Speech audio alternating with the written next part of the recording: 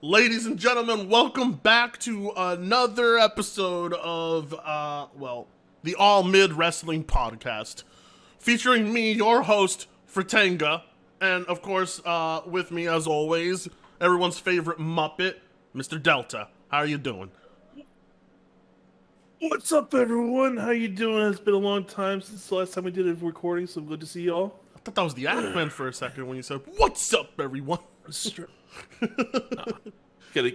That's not on point because he's got to be more like on charge. Like, what's up, everybody? This is the Act Man here. Yeah. I think there's a lot of content here. Yes. A lot of content. You and him do sound so alike in some instances because I've talked to both of you and I'm like, but anyway. So there's been quite a bit in the world of wrestling, and we had a bit of a hiatus ourselves. We haven't uploaded to the channel for about 2 weeks.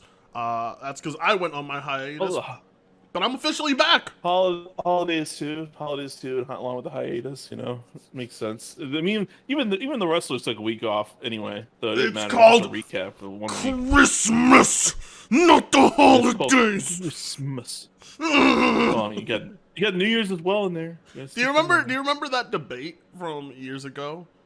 You say Merry Christmas, not Happy Holidays. Merry Christmas. And do you remember that debate? No. We're Merry Christmas up in here. All right. Yeah, I mean, I don't really care what you call it. Just call it day off.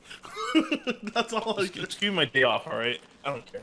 Yeah, no, I don't even care anymore. But anyway, so I was able to actually watch SmackDown yesterday, and if you're wondering, yes, it was very mid episode of SmackDown. They're clearly saving all the best stuff for the Royal Rumble, which I am super excited for. I'm always excited for the Royal Rumble. It's quite an eventful time. It's when even my friends who don't like wrestling will sit down and watch it with me. That's how big the Royal Rumble is. And this episode of SmackDown kind of had me, for me, reassured me that, I think Cody Rhodes is going to win the Rumble again. And is he, though? I think so. That's questionable. I think he's going to win the Rumble again. I mean, they back-to-back Rumble winners are a thing of the past. It's happened before. I believe with Austin, right? Austin had multiple back-to-back Rumble wins. He did. So I don't see why it wouldn't be possible with Rhodes to do it. Although, if you ask me, there's so many more people who deserve the spotlight. But at the same time, I don't think those people are... I don't think they're good enough to be in the main event of WrestleMania. I think they're good enough to win the Rumble, but I don't think they're good enough to be in the main event of WrestleMania. Because I think that spot should still go to Rhodes. But after what happened, what was it? Was it this week or last week? The Rock? When was that? That was 2 weeks ago, and The Rock looked like he was gassed out before he even started to, lay the smackdown on Jinder Mahal. So, I don't know about that Jinder Mahal is back. Jinder Mahal is back. That's right. Modern day Maharaja has returned. Yeah. I am the modern day Maharaja. It was like, I never thought I would see him in the ring again, but here he is. He's back. And this awful experiment with Jinder, people used to say, "Don't hinder the Jinder." I say, please. You can't hinder the Jinder. Do not hinder the Jinder. I mean, at least have him come out with like a tiger or something. I don't know. He looked pretty sharp in that suit when he came out. He looked pretty well dressed. A little dapper, me. Hold on, you're breaking out like a robot again. 1 second. Am I doing it? Oh, I'm so sorry. No, it's not your fault. It's most likely hold on. It's fine. Give me a second. Okay. All right. Anyway, well, it just happens every now and then. We'll see how it goes. Everything's set up fine here on my end, and I'm pretty sure everything's fine on your end. Might just be but it's probably Discord acting up. I mean, definitely probably Discord, but yeah. So anyway, So yeah, The Rock, like you said, looked already gassed out before he even laid the smackdown on Jinder. And you're right, The Rock does. The Rock looks insanely like well, he looks insane physically, but The Rock looks like he gasses out real fast. He's got that ring rust.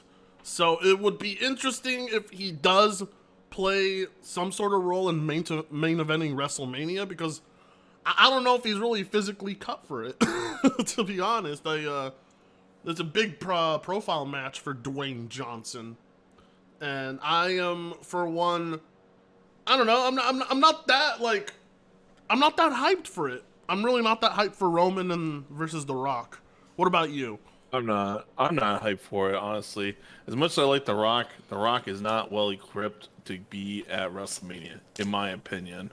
The man, you definitely tell a man does not skip a day at the gym to hit the weights, but he does not do cardio. You can clearly tell he does not do cardio when he's at the gym. So, I don't know. It's like that, or maybe he's smoking cigars too much lately, because his voice even sounds like it's harsh sometimes. So I don't know. I don't like this version of The Rock. I'm gonna be real. I don't like the version of The Rock we've had since his return in like 2000. What was his return? 2012, 11? I'm trying to remember. I think so. You talking about the Hollywood style Rock back then? Yeah. Well, yeah. Just this Rock overall. I mean, this is the most swole The Rock has ever looked. But The Rock, I would say this is his most intimidating physique as well. But it is. But this version of The Rock is very toned down. It's very, like, not electrifying. I guess you could say. I'm not electrified. He used to come out, and he definitely had a smaller physique back then, but he had a confidence on the mic, and now his, like, promo work is mainly him just interacting with the audience, because it just kind of seems like he comes out with nothing on his mind on how to roast the opponent. He used to break down opponents on the mic verbally real well. I don't feel like he's done that with Austin Theory or with Jinder Mahal. So yeah, I don't know. I mean, like, fuck, dude. I used to dream about The Rock coming back all the time. I did, and now he's back. Now he's back, and I'm just like, like, I mean, I'm a lot more invested in the newer, younger talent now because they're there more often, and I have a chance to grow and watch them more. And it's like, here's The Rock. I'm like, that's cool. That's cool to pop a rating, but I know it's gonna be short-lived. I know The Rock's not in the best condition anymore, and he's not the big, like, he's still a megastar though by comparison to everybody else. Exactly. Like, he's still a megastar. Like, everybody else that I do like is a nobody. So The Rock it's not like how a Brock Lesnar coming back or a Goldberg coming back, because at the end of the day they're just wrestlers. They're going to be coming back here and there, do a part-time stuff. The Rock is just The Rock. The Rock is still a megastar in Hollywood. There's no, like, for a fact, as soon as he loses or gets, wins the match, he's gone the next day, and you won't see him for a couple of years at least. He better be there to lose, because I don't want to see him go over younger talent at all. I kind of like, like when they gave the win to Stone Cold over Kevin Owens, but I mean, like, I guess The Rock and Stone Cold still have to be established as top dogs, but my best guess is he's definitely there to eat the pin, or unless, and I've been thinking about this recently. Do you think Roman might lose the belt in that Fatal 4-Way? It's a possibility. If that does happen, I really wonder where we go from here. Because I feel like by having Roman lose that match, that really does kind of like take the momentum out of WrestleMania 40. Because we kind of all want that Cody versus Roman 2 match for the championship belt. We've been building it up ever since he came back from his injury of Royal Rumble last year. And him losing at 39 and having him come back and do this, and like, if you have Roman out of the picture and he's just going against The Rock, in a one-on-one match of Mania with no belt on the line, I don't know. Like, that's a cool spectacle event, but that's not the main event, in my opinion. The main event should be the championship, and we know The Rock's not going to win that belt because The Rock's going to be out the next day. And then, so I just don't know. I feel like I don't see what other way you can go around. I think a lot of the majority of the fans would like to have Like I don't know, like I say that, but then like, just like how video games are, like wrestling fans don't know what the fuck they want these days. I They mean, want this, and yeah, then the next thing yeah. you know, it's like it's the opposite end I because mean, they're so yeah. fickle. That is true. As a wrestling fan myself, I'm being fed everything I ever asked for, and I'm still like, eh. you know, Yeah, it's true. But there are moments, though. Like, I mean, honestly, like I've been realizing everything is a mood in life. You know, yeah, from gaming. Gaming is a mood. I gotta be in the mood for it. You know, jamming out. On my guitar or instruments, being musical, that's a mood. I got to be in the mood for it. And sometimes when I'm in the mood for wrestling, it's like the greatest thing I ever watched. It's so. I don't. I guess you could. I guess you could say that bringing out The Rock is supposed to draw more attention to WrestleMania because like it's the fucking Rock, blockbuster movie star. Rock's gonna be there. Logan Paul is the United States champion. Like wrestling has always been full like the crossover between big media stars and wrestling has always been a thing, since the beginning of time. They always brought in like known celebrity names to have these moments with wrestlers, and now the wrestlers are the celebrities. Like Logan Paul, like wrestling is like his like he's a wrestler. That's wild to think about, right? Like the guy who was a YouTube prankster, going to the suicide forest. yeah. So I'm about to say the man that went to the suicide forest in Japan, and all of a sudden he's the biggest star I wrestler know, now. the guy who faked his color blindness, on camera for Yeah, views. I remember that. Yeah, you remember that shit? Man. Yeah. That guy is now colliding in the middle of the air with Ricochet. Crazy to think about. That man beat Rey Mysterio, my childhood hero, for the United States Championship. It's a wild time to be a wrestling fan because wrestling, like, it's cool to see that wrestling has managed to continue to figure out a way to stay alive and relevant. And Triple H he knows, he's like, because he learned it from McMahon, that people like Logan Paul are who you want in your company. Whether because those people, you want to see Logan Paul get his ass. I like it when Logan Paul gets physically hurt in the ring. Like when he like he doesn't really botch, but like when he takes a bump that hurts no matter what. I'm like, yay! I like seeing his ass get kicked. And lately, I've kind of wanted to see The Rock get his ass kicked. Because The Rock, Dwayne Johnson himself can have his cringe moments, as a person, Oh yeah, as an individual. So now, like as a wrestling fan, it's like I want to see The Rock, get like, I want to see him get get stomped on and shit like that. I want to see him take a few bumps, and then I will feel happy. I'll be satisfied. So, if I was to see The Rock at Mania, it just feels like there shouldn't be a big profile match against Roman. I just don't think it should happen. It should not fucking happen. And not to mention, if this was gonna happen, it should have happened a while ago. Like I feel like if this was WrestleMania 39 or 38, I would agree with you. This would be the main event, but like this would not be it, and probably would be Cody. But considering it's WrestleMania 40, they want to make it the biggest thing. Again, They this always is why want I'm to like, do it around yeah. there. I'm like, again, this is like, well, Cody Rhodes is like, his whole thing was finishing the story, right? That's his whole thing going on right now. But with Roman, it's like if he loses the belts at the Royal Rumble, if he loses the belt, if he loses the belt at the pay-per-view before Mania,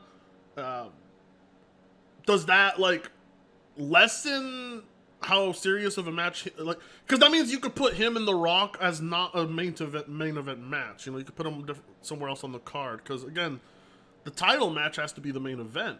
I swear to God, I don't want to see The Rock coming in for a championship match. Not this late in his career. So anyway, there's nothing I can really do about it. It's all just gonna have to put some faith in the booking. So the current speculation right now from Meltzer put it out that Roman is not expected to be at the Elimination Chamber, and Interesting. that is questionable. Now, also it's it's Dave Meltzer. Meltzer's been wrong numerous times in the past, so take it for what it is. But that right there, it makes it a little bit worrisome that we might actually do get that match of Roman versus Rock at Mania, which I don't want, frankly. But I would rather have Roman and Rock at the Elimination Chamber. I feel like that's the best way to get that match out of the way, and then hype up Roman one last time as this God mode man that he is, up against Cody, and Cody either wins the Chamber or he wins the Rumble.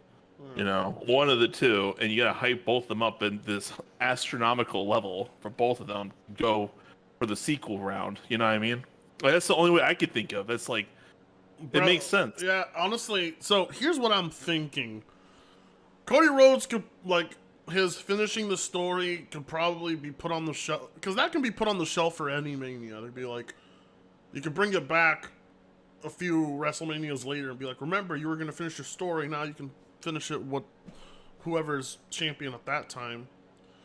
What I think you should do with Cody right now is I think you should have him go against Gunter for the Intercontinental at Mania. Yeah, I guess. The reason I would set that match up is because that one is like, oh, Gunter could be actually dethroned here tonight, Or it could be like, and Rhodes could finally, pick up a very impressive, prolific win again. I mean, he beat Brock clean twice. That added to Cody's character. I mean, who else are you going to have challenge Gunter for that belt? I wouldn't have Punk challenge him for the belt. Punk doesn't deserve it. No. But I was going to Rollins. That's me is set in stone as far as I'm concerned. The reason I would also have Cody Rhodes versus Gunter is because they were the last two standing in the Rumble last year, So it was kind of a cool face-off that happened, and those two put on basically a miniature match. I mean, goddamn, those two could definitely have the best match of the decade. So I maybe the inner fanboy in me, the inner Mark in me is just like, oh, I want to see that intense high stakes match. But I mean, because I already seen Rhodes lose to Reigns. You know what I mean? Exactly. I don't know. Rhodes is at the same time. Here's the thing about Cody Rhodes that's crazy. He's the only guy that's really credible enough to take the belt off anybody. That's how good he is booked right now. Put him against Roman, you're like, yes, I would be like, yeah, you could put the strap on him. You put him against fucking Gunter or Logan Paul, absolutely. He wants to go for the tag team belts, absolutely. Give it all to him, He won the tag titles, didn't he? He did at one point. He had a tag title run, a short one. So it's like, yes, you can totally use Cody Rhodes to take the belt off anybody, but when it comes to Roman Reigns, his appearances are if you noticed, he didn't show up on SmackDown yesterday.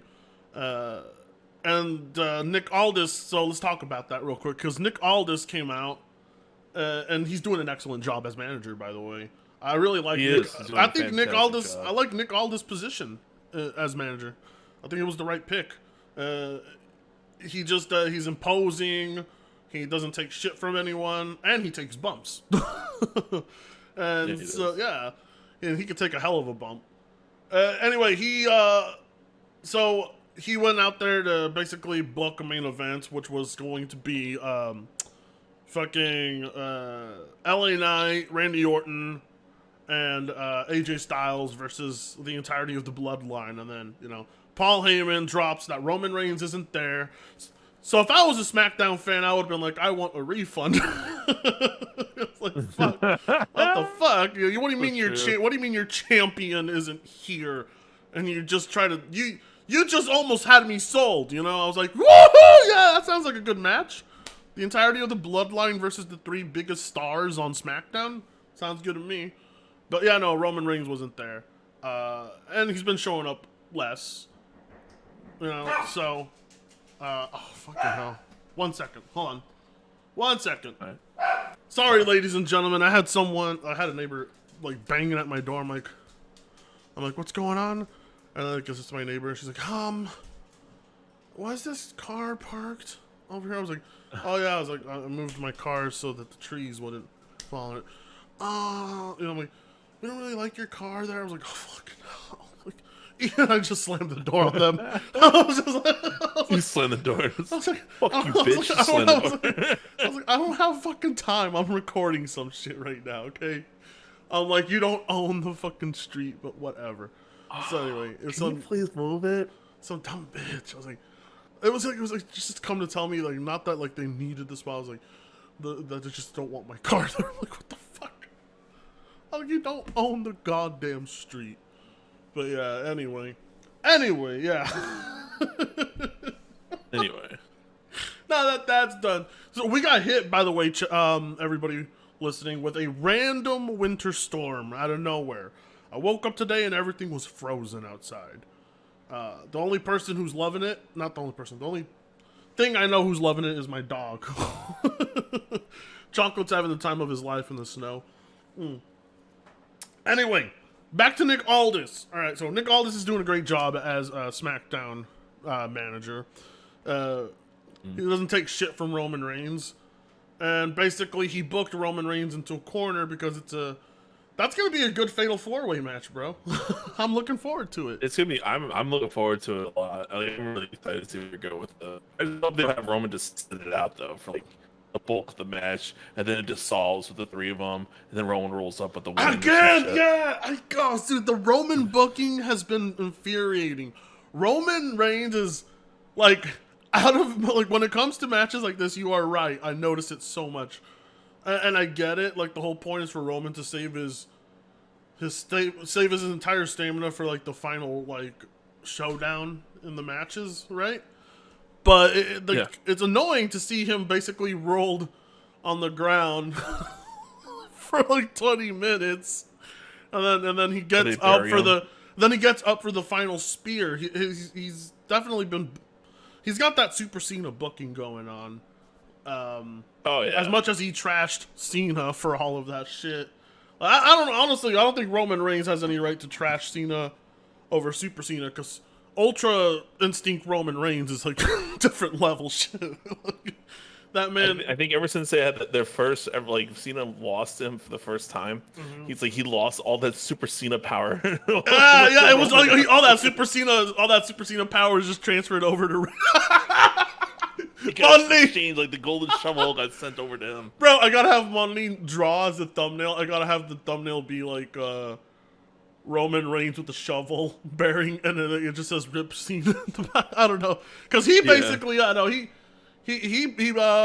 effectively buried Cena, because like nobody buries Cena, but he did it because like that just goes to show you how much more confidence McMahon has. And crazy, because like McMahon's confidence in Roman Reigns never once left. You know, like McMahon was always confident Reigns was gonna be a star. So like maybe the old geezer wasn't as crazy as we thought, because I would say Roman is a great star right now. Oh, it wasn't until the pandemic happened is when he actually took the chance and actually made him a heel. It wasn't working as a face. It wasn't. No. It wasn't until unfortunately Roman Reigns came out to the public and told people about it, his illness. So like it wasn't until then people actually fucking hated his ass, and then all of a sudden, as soon as he stepped away for that reason. And came back. Oh, did he come back as a heel at that point? He did. He came back as a heel, and he took the belt off of.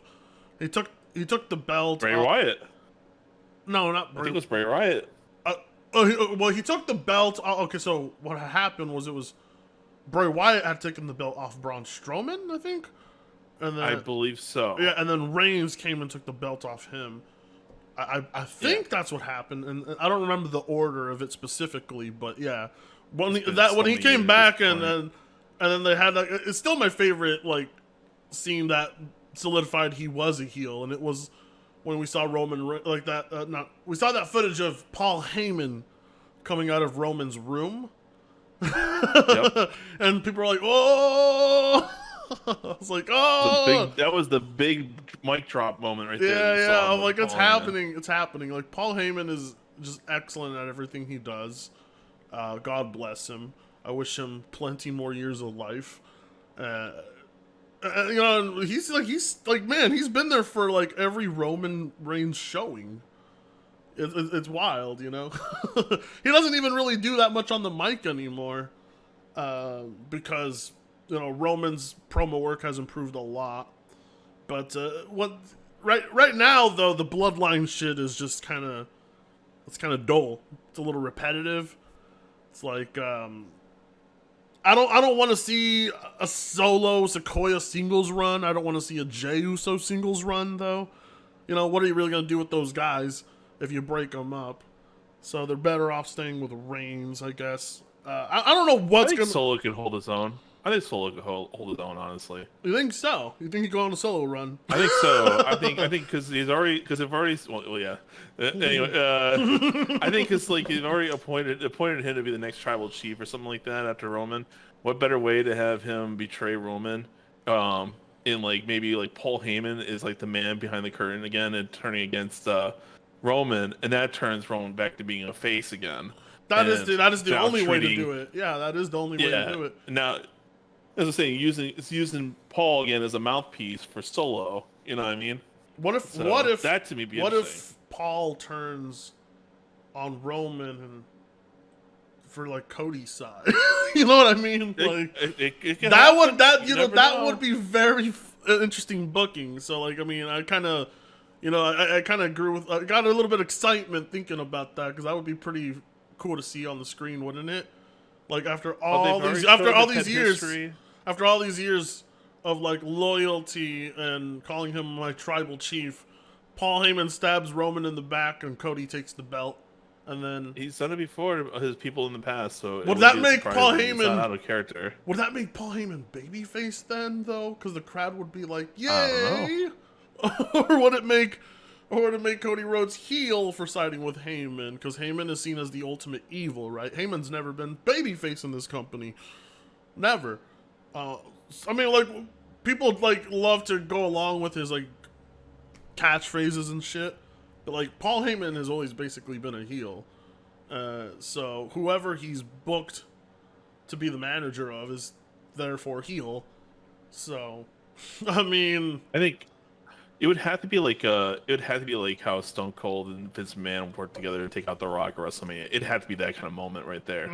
It had to be that kind of moment, you know, Like- of him helping him out and like just like you know using a weapon to take out Roman down, like being Roman like like a dog basically, and he's like, because Cody is so desperate, he wants to finish the story. It's like driven him mad to the point that he has to fucking do whatever it takes. Even if he's got to sell his soul to the devil himself, Paul Heyman. I can totally see that happening. It's a nice heel turn and switching characters around that way. I So, mean, you know, like it kind of seems like obvious booking to experienced wrestling fans, right? Like, yeah, people who've been watching wrestling for a while, like that is an ultimate heel betrayal, and it's great. You know, it's great, but it's at the same time, it's like, you know, those of us who watch it enough can predict that kind of outcome. But it doesn't really take away from the excitement of it, does it?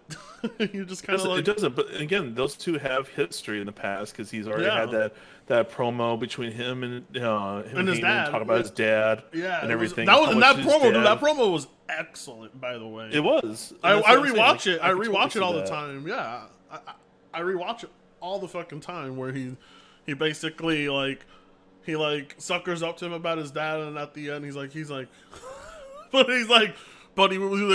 he said he wishes Roman was the son he had. I'm like, ah, and then like Roman takes it further. He's like whatever your dad didn't teach you, I will. I'm like, damn, you know, it's great. It's like Cody Rhodes just keeps getting roasted about his dad. I love it. You know? They use his own dad to roast him. It was great. So I mean, I guess like, this rivalry shares a lot more meaning because of Dusty Rhodes' like role he played in between all of these characters. Because he was a mentor to influencer of some sort to all of them. Yeah, 'cause he trained him, Roman, Seth, John Moxley there, and all the other guys that are like main number one talents these days. Dusty played a hand in it at one point. So yeah, he was yeah, no, he's a legendary guy. So, all right. Anyway, let's actually check. Let's do a quick recap of what happened this week in wrestling. do it quick. Let's be free flow quick on this one. Yeah. We're free flowing. I've been wanting to talk about like all these possibilities with the booking, because like when it comes to what I think about the most in wrestling, I usually think about the booking the most. I'm like, oh, you could do this, you could do that, you know. There's so many ways you can do any booking. That's like I mean, like that's wrestling's so great. Like, you know, if I can ever grow outside of YouTube, I would love to be a wrestling booker. Like, I would just love to have a gig like that, you know, on the side, alongside growing my weed, of course, you know. Right. And then live off not live off the internet. You know, live away from the internet. And live off the land, you know. Live off the land, not off the net. There we go. Anyway, weekly recap, Raw, and this was all done thanks to Delta. So I'll allow you to read this, Delta. So let's go ahead. I mean, I was at bullet points here. We're here. Let's talk about the Drew and the CM Punk promo segment right there. Oh, that was so good. That was. It was really good. I like it. Yeah, go ahead. Sorry. Well, I was just saying like their different ideologies, how they see, you know what I mean, like how, who think like they need to like, you know, achieve their goals and stuff like that, and then back and forth of how they, because these two had never had a one-on-one singles bout against each other, you know, and how it's, to me, it's great to see these two clash. So I'm looking forward to seeing where this progresses. I'm hoping, because like, you know, Punk did mention Drew, like I'm gonna make sure you're the last one I throw out of the ring before I win this thing. I'd like to see that. That to me would be interesting. I feel like Drew has done a good job, you know, with his arc so far. Yeah, he's come up short, but I really do like the creativity he's done with this current run of his. So I don't know. I thought it was great. He definitely has done a great job being playing the tough guy. Right. Yeah. Because like Drew does, like, you know, like you're guaranteed to get headbutted by Drew or decked in the face, and with any segment that involves him. And you know, he had moments where he was beat down people in creative ways. You know, like I remember one time, like the Judgment Day was coming out to like fuck with Rollins in the ring, and like Drew was like exiting, and then like he puts his hands up, like his arm up to stop them, and then he turns around and just gives a fucking Claymore kick to like Dominic, and it's just like, that was great. Yeah, no, like the way Drew McIntyre sells his headbutts too, like you look at his forehead, you're like, holy shit, could you imagine that giant bowling ball just smashing into your face, like, pow, just you know, he sells it very well. He's good at playing a violent guy, but Drew is just, you know, he's the best at what he can do already, is the way I view him. He's not somebody I really care too much about overall, though, but I do like it when he has these violent ass matches. So, you know, it could very well be that CM Punk wins the Royal Rumble, and Drew, what do you think? Like Drew, not CM Punk wins the Royal Rumble. This is what I think is going to happen. I think CM Punk and Drew McIntyre are going to they're going to eliminate each other at the same time, and then they're going to have this brawl breakout during the Rumble match. That's going to be highlighted during the Rumble match. And I think those two may actually face each other at Mania. I don't know about Mania. I know they'll probably put him in the chamber. Probably put him in there. I mean, who are you going to have Punk face at Mania? Punk doesn't deserve. It's gotta be Rollins. He doesn't deserve a title match of any sort, though. I'm like, I don't know. I think booking, the way we got a couple months left, there's plenty of booking that can be done to make that work. I mean, but yeah, I can't think of anybody else to take Rollins' title either. So That's exactly it. Yeah, that is. And Triple H is all about the long-term booking, and what better long-term booking is this? They've been planning this shit out since like almost a decade at this point. Lesnar return. You think that's happening at the Rumble? It's a possibility. It wouldn't be the first time Lesnar's come back at the Rumble, so I mean it's possible. Do I see it happening potentially? Maybe. I miss Cowboy Brock so much. Yeah. Anyway, so with the Drew and CM Punk promo, to summarize, Drew McIntyre brings up about how Punk, back in the day, Punk was supposed to be like a locker room leader, and instead he was the guy who walked out on everybody and held a company ransom. But doesn't respect him. I'm surprised that they're allowing the wrestlers to kind of like vent this real sentiment out on the mic, right? Because years ago, WWE was trying to like cover up these CM Punk stories and try not to let them blow up.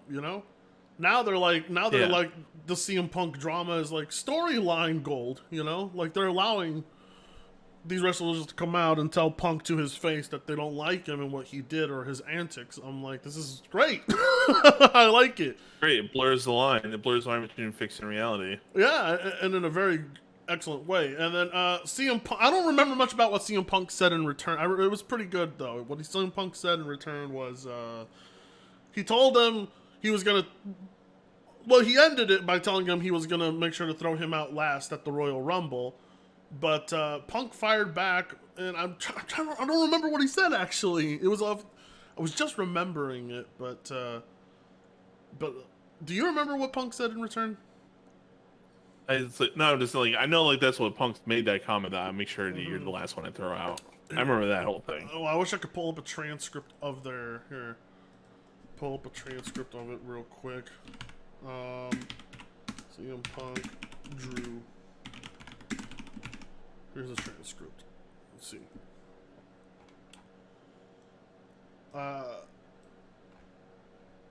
Yeah. Here it is. So, no, whoops, that's the wrong transcript. Cause I remember he fired back with something pretty clever at the end. Anyway, whatever. You know what? We're gonna. There we go. Okay. Fucking hell. Honestly, I can't find it. I thought I would be able to find the transcript of the promo between the two of them, but I can't. Bleacher Report, right? Hey, you probably went up there. Yeah, there we go. I don't want to take away from Punk's like fire back on fucking Drew McIntyre. It was here it is. Yeah, I can't believe. Oh yeah, that's right. And this was crazy. Raw was in my town, by the way. So was it really? Not in my town, but in my state. It was Raw was in Portland, Oregon. This was it this week? I believe. Yeah. And I didn't. Yeah, I was telling you about it, that I had just found out that episode of Raw was shot in my city of Portland, and I was like, "Fuck, I didn't go."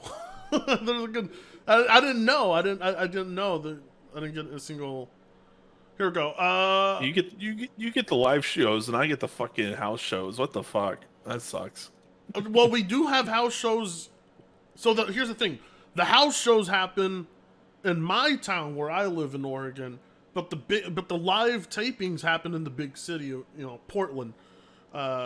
Usually, I don't know how it works. They go from like Vancouver to then Seattle, then Portland, and then they go down, and then I don't know how. It's kind of crazy how I didn't keep up with the info, because they come to Portland, Oregon like a few times a year. So anyway, right, so McIntyre would eliminate him last. Now, I mean, that's all that they really said to each other, right? I'm getting so hung up on this part. It was a good promo. It was a good promo between the two of them. Then what happens next is Tommaso versus Balor. And Tommaso got a surprising win, right? Yeah. came up with a reverse finisher that way and ended up winning the match. Which Surprise is great win. for Tommaso. Actually, what am I saying? You know? Surprise. Everybody beats Finn Balor these days. Yeah, Finn Balor don't have that kind of stock apparently anymore. You know, There is no stock. Yeah, there's no stock in Finn Balor. It's crazy. It's sad. It's like his stock gets lower and lower every week. It seems like, and all he does is twirl his metaphorical mustache every time. He's a twirling mustache villain at this point. And all he does is smile all the time. Yeah. Smiling Finn Balor. Perfect white teeth. He's like a smiling Finn Balor. Balor Club for everyone. Poor Finn Balor. How the mighty have fallen. But Tommaso picking up a relatively big W for himself. Tommaso Ciampa was a big player in NXT, but on the main event of main roster, he's been feeling a lot like just a background character. Mid-Carter, which is bullshit in my opinion. Tommaso should be up there. He was what was he? He was like a minion for the Miz for a while. Yeah, but even then, Balor and him had back and forth with the singles tournaments at NXT back then. Yeah. Really, yeah. Congratulations to Tommaso Ciampa though. Like finally, this next segment was my favorite segment of Raw this week. And that was how brutal and personal it got between Ludwig Kaiser and Kofi Kingston. This was excellent. Which is crazy, right? It was excellent. They sold me on that because this was Ludwig Kaiser basically getting revenge for Johnny, right? Giovanni, sorry. Giovanni's out right now.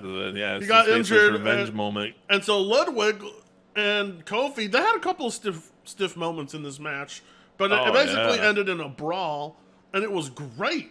And like fuck Ludwig Kaiser, I think this is where it's gonna cement Ludwig Kaiser's single run right here.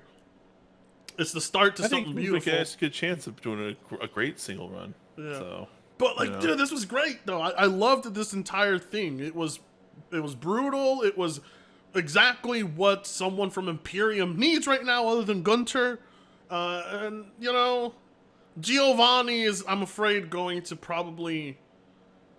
I don't see him coming back to Imperium. Him injured ain't doing him any favors right now. No, not at all, because he wasn't doing anything for Imperium really, other than being a third wheel. So who knows what's going to happen, but Ludwig Kaiser getting to show this much aggression and violence, and it was for his friend, it was almost not really, I was almost cheering for him, Yeah, he hurt Kofi Kingston, but it was kind of like, Kofi, this guy's just trying to avenge his fallen brother. How can you not cheer for him? Yeah, beat his ass. And then when he stomped Kofi's head on the steel steps, or I don't really know what that spot was supposed to sell us on. I don't know. Like, was he going for like a drop missile kick on Kofi's head into the steel steps? I guess that's what it was supposed to look like. I don't know. It looked brutal though. Regardless. Yeah. Oh yeah, no, and so I can't wait for what happens next between those two. That was great. Then Rhea confronting Nia Jax. I didn't see this. This was a small segment here. It really was nothing real noteworthy. Like, they didn't end in a brawl. It was just basically Nia Jax saying that she was going after Rhea's belt. So it was kind of very lukewarm, kind of back and forth. Nia Jax is not looking. She's looking a little worse. I don't know how to explain it. Every day. Like, I don't like Nia Jax. I don't like her as a it's not just that I don't like her as a performer. I don't like her as a person. I don't respect her. I think she's a bully, and I think she's like basically one of the most she's guaranteed to injure somebody. She's got a track record of injuring other talent. She's stiff. I don't know what it is that the company wants about her. She's like The Rock's cousin, right? Is that what it is? Mm-hmm. Oh my fucking Yeah, she's The Rock's cousin. Yeah, she's The Rock's cousin. That's gotta be the only thing that's keeping her in the company. Dude, this bitch is crazy, bro. She better not hurt Nia Jax. You hurt Nia Jax, you're fucking done. You're fucking done. I think you're talking about. I mean, Rayo. Sorry, you heard Rayo. I'm fucking high. God damn! Come on, man. I'm so fucking high. Rayo. So no, you fucking. Holy shit! You know, if you hurt Rhea though, if you fuck up Rhea, you're done. You're done. Like, I mean, I don't know. Like, it wouldn't be the first time Nia Jax hurt the main upcoming star. So if she does fucking Becky recently, why not fuck it at that point? that spot where she dropped her ass on Nia's chest off the corner ropes, that always fucking terrifies me when I see that move. I'm like, that's in the cave in her chest. Like, Nia Jax could totally fuck that up so easily, and she is guaranteed to fuck that up easily. I don't want to see her in the ring with Rhea, because this Rhea run I won't mind for continuing for a while, because it's good. So anyway, Kaden Carter and Katana Chance beat Chelsea Green and Piper Niven. I did not watch this. This was for the tag titles. Pretty much a piss break tag team match, basically, for the most part. I think the new champs though are doing pretty well for themselves, a lot better than Chelsea Green and Piper Niven. I like these two more. I hope that I hope with Triple H, the new year and everything kind of sets the tone that that he's going to take these belts more serious rather than just be nothing burgers basically being walked around and carried. You know what I mean? Yeah, they're pretty much what they are. They're nothing. It's just they're the piss break segments. I'd like to see them actually start taking these tag titles more seriously if you're gonna keep them. Oh yeah, I mean, dude, look when you look at where the tag title women's tag title matches are placed on the card, it's like, all right, this is the time you go get a beer, go take a piss break, go have a cigarette, and it's just like, it's so obvious too. So it's like the female tag titles may as well not exist, because nobody's paying attention to it. Anyway, R-Truth and the Miz segment regarding R-Truth joining the Judgment Day. R-Truth. I like R-Truth fucking with. Here's the thing though, it's I do like R-Truth fucking with the Judgment Day and everything like that, and doing these segments and shit. But at the same time, does it feel like though we're kind of I don't know. I guess it's kind of different though, because it kind of feel like with the Bloodlines kind of deflated a bit without Jay gone and everything. It doesn't feel very solidified anymore. It just feels like an afterthought segment. And with the Judgment Day, it's they don't seem like an imposing faction when they have someone like R-Truth there. As much as I like R-Truth, I don't know. It'd be fun for a here and there gag, but I feel like they're running this joke a little too far, in my opinion. You don't like that he's just there for comedic relief. Yeah, that's what I feel like, because I feel like it's kind of diluting the seriousness of that faction. But at the same time, you're already getting a new faction with Karrion Kross with for his new faction called the Final Testament. So I don't know. It could be changing the guard here. I like that. I like that faction named Final Testament. Yeah. That's badass. That's like a metal album name. Right. That's good. That's good. It does sound like a metal album. That's great. That's a good. I think that's an excellent name for a faction. Karrion Kross. So they're still allowing Karrion Kross to run around and do things. Okay, impressive. All right. I think this is his last chance. This has got to. I mean, crowd. It was nuts. I'm surprised his segment with Rey Mysterio when he first debuted didn't get him over. I thought it was excellent.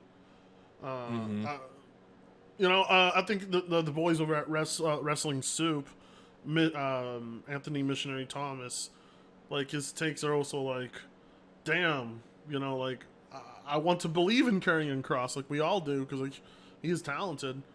But it's it really sucks because the crowd doesn't care about this guy. Just remember when Aleister Black started debuted on Raw, and he had the most badass entrance of them all, and the audience just didn't give a shit. I was like, fuck. But on NXT, it was so over. It was so badass. It was so over on it. All the cool guys that were over on NXT, the main roster is the place you got to prove yourself the most, for real. Just because you are a big shot at NXT doesn't really mean anything in the main roster. It really does not. you're dealing with different bookers, you're dealing with different management. So, expectations are way different for you on the main roster. They're not about you killing yourself in the ring in the main roster to get over. And if that's all you have, John Moxley. Right. That's all you have, you're gonna end up being pretty fucking boring. Anyway, so I don't have much to say about the R-Truth segment. I'm just basically R-Truth is not in Judgment Day is all we really need to know. And this segment sets up Miz versus JD McDonough, which the Miz ended up winning and actually getting the crowd popped for that. The crowd was they're rooting for the Miz. So that's interesting to see. JD McDonough is basically, honestly, like the least important character in the entirety of the roster. He's a tag along for Judgment Day. He adds to the numbers game, but the numbers don't really mean anything. You see JD McDonough out there, you're like, oh great, useless. That's what you think in your head. Great, there's a useless. That's what I feel like. That's what I feel with JD's already here. Like in terms of like a life factor for the group. I don't think we really need to have R-Truth involved with this at that point. You know what I mean? So yeah. That's why I feel like it's way too much at this point. Not to mention, fucking Balor's always doing this sinister laugh, kind of like all the time. Here's what you do. Here's what you do if you want to incorporate someone else into Judgment Day. You have them cut off Finn Balor. you have them beat down Finn Balor, or you have Finn Balor's replacement beat him down, and Judgment Day accepts the new replacement. Because like Finn Balor is the weakest link of the entire faction. And JD, I don't even really count JD McDonough. Like he's, I don't know why the fuck he's there. I mean, the only reason he's there is because he was mentored by Finn Balor and everything. So that's the only reason I can see him being there, because he was trained by Balor and everything. So, but again, though, I feel like they dropped the ball on how they booked him so far, and they just treat him like a joke. Yeah. So there's the Seth Rollins and Jinder Mahal promo. I actually missed this. I didn't see this. It was just pretty much like them talking about back and forth, and making Seth was making quips about Jinder getting his ass kicked by The Rock and everything, and then he offered the championship match for the following week on Raw. Wow. Oh, I wonder who's gonna win that one. I wonder who's gonna win that one. Wow. Hey, you can't hinder Jinder. He's taking the belt back. I will say this. This is the WWE. Nothing is like the most surprising things will happen. Like, when Jinder beat Randy for the belt. That was right. Stupid. But it was so like, we were like, oh, wouldn't that be funny, guys? Boom, it happened. So imagine if he does. No. They're not gonna. Rollins is not gonna drop the belt to Jinder, of all people. Jinder is lucky he's getting in-ring segments. He's lucky they're handing him a microphone at all right now. He's not winning the belt. That's not a championship match anyone's looking forward to. Are you? I'm not taking it serious at all. No. But I didn't take the serious with Randy and him. I don't know how that turned out. Yeah, we better watch our asses. We don't want another Nostradamus. Ivar beat Otis. Yeah. These two, these are two big men basically clashing, right? Ivar and yeah, that's who they were. Yep. And honestly, it was pretty okay, I guess. I feel like, didn't these two, who was it? It was one of these two guys had a very, very good match with another big guy 2 weeks ago, and it was kind of brutal. Same dudes. I think. Oh no, it was what's his face? The hell's that big guy? The other NXT fella. Yeah, I know. Yeah. I know who you're talking about. That's the one. Yeah. But they gave a chance for the big men to go at it, and it was pretty athletic. I mean, they both can move impressively in the ring for their sizes. So I always they both got over the middle rope. They both went over the middle rope. And that's like, what it was. Wow. Yeah, that's the spot. That was the spot I remembered. That was kind of cool. Yeah. All right. Yeah. And then we ended the night with Cody versus Nakamura. It was an excellent match. It was great. I watched the whole match, and I knew Nakamura wasn't gonna win. Poor fucking Nakamura. All he can do is spit mist and lose. God damn. Get that red mist for my nothing. cynicism, though, my cynicism doesn't help these wrestlers. I'm like, oh, look who it is, the guy who loses all the time. Like, wrestling's fake, right? I'm like, yeah, I know. I'm sorry. Yeah, I know. I know, but you're still a loser. It's, poor Nakamura. Poor Nakamura. But Cody, they ain't gonna have Cody lose to just anybody, Cody has been booked Cody, like, if you ask me, Cody's like, he's almost Super Cena booked. So he wins a lot, and he can take a lot of hits. And him and Nakamura put on an excellent match. It was a good way to end Raw. The right person was put on top. Nothing else I can really say. Good main event, good Raw. But now we're moving on to SmackDown, which I got to watch this. We talked a little bit about it. But anyway, Paul Heyman and Nick Aldis promo. We already talked about that. So Cruz del Toro and Joaquin Wilde versus Angel Garza and Humberto Carrillo with Escobar on commentary. Wow, this is the most beaner match of them all. Oh, man. That is random shit. This is a beaner match ever. It was like Garen. He's like, what? ¿Qué quieres de mí? Esta es mi gente. Well, I mean, there's nothing like a Mexican sitting here watching other Mexicans wrestle and being like, ha, beaners. Anyway, this was a fun match. Very fast paced. These guys are great at what they do. Carmelo Hayes tries to get a spot in the Rumble, leading into a match between him and Austin Theory. And by the way, Austin Theory is injured from this, right? I mean, right now they are both they're both injured, but they should be able to recover from it. From what WWE stated yesterday, let me pull it up real quick. Hang on one second. Monolith showed me the spot where Austin Theory's neck hit the ropes, right? Or it looked bad.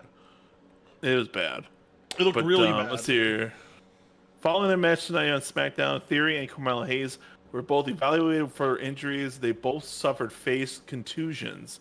They will both be okay, though. So they will recover from that. Okay. But yeah, they both suffered contusions from their match, unfortunately. Okay. All right. Well, yeah, that dude, I forget that the ropes in a wrestling ring can be lethal and dangerous to the performers. They've actually performers have died because of the ring ropes before. Not in our lifetime, but Mick Foley almost got killed by the ring ropes. He lost an ear because of the ring ropes. So the way Austin's head hit that too, I was like, oh, I'm like, he's got to be concussed at least because that looked bad. I think this just goes to show you how tough and durable wrestlers are. They take things like bumps that would normally kill the average person, right? And they just survive it.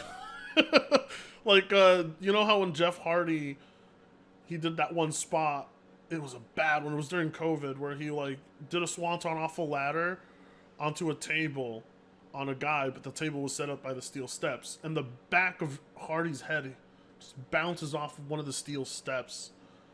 And he's or Matt Hardy got speared off the balcony and the back of his head bounced off concrete from a 12-foot drop. And both these motherfuckers just lived from it. That would paralyze your average person. Wrestlers are something else. They really are. Either way, I'm glad both are safe. Really what matters at the end of the day. But even then, I still don't give a shit about Austin Theory.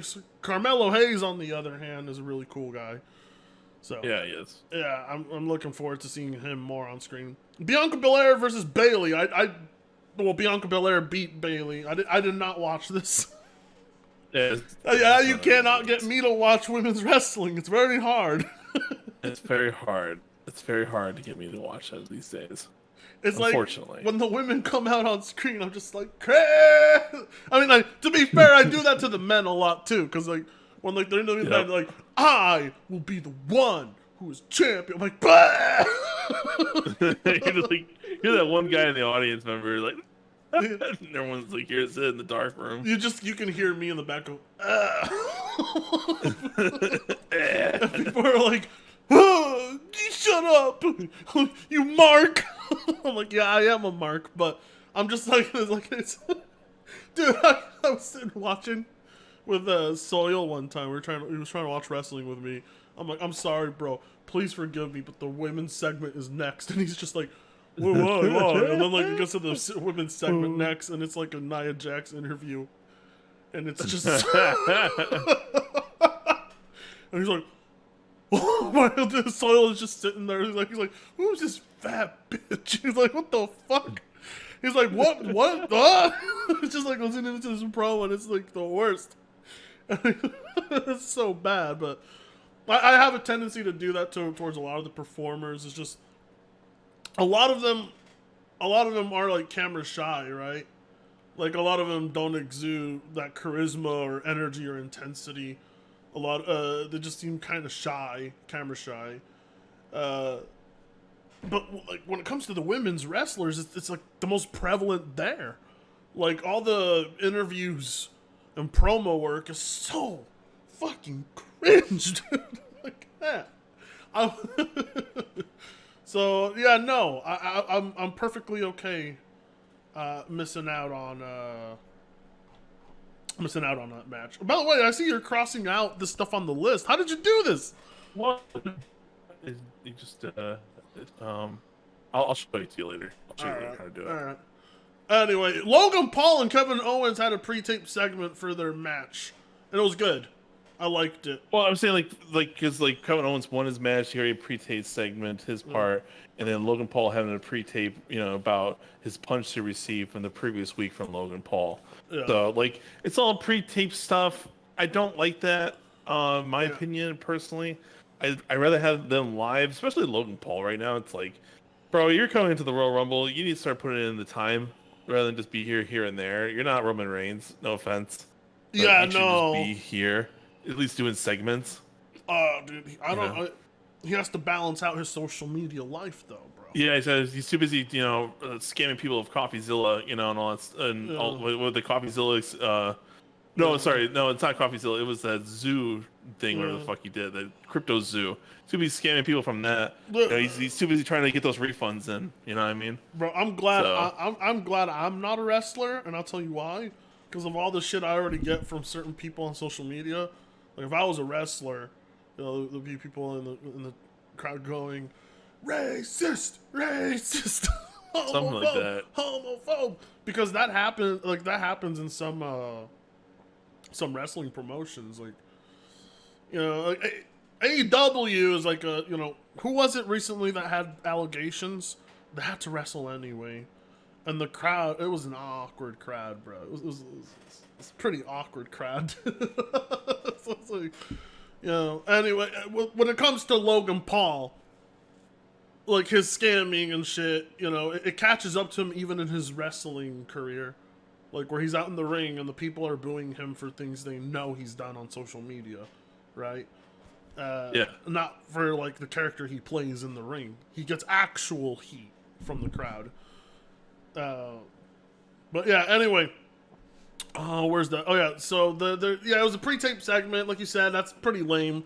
It would have been better if they had like a live confrontation in the middle of the ring, like they did like a week ago.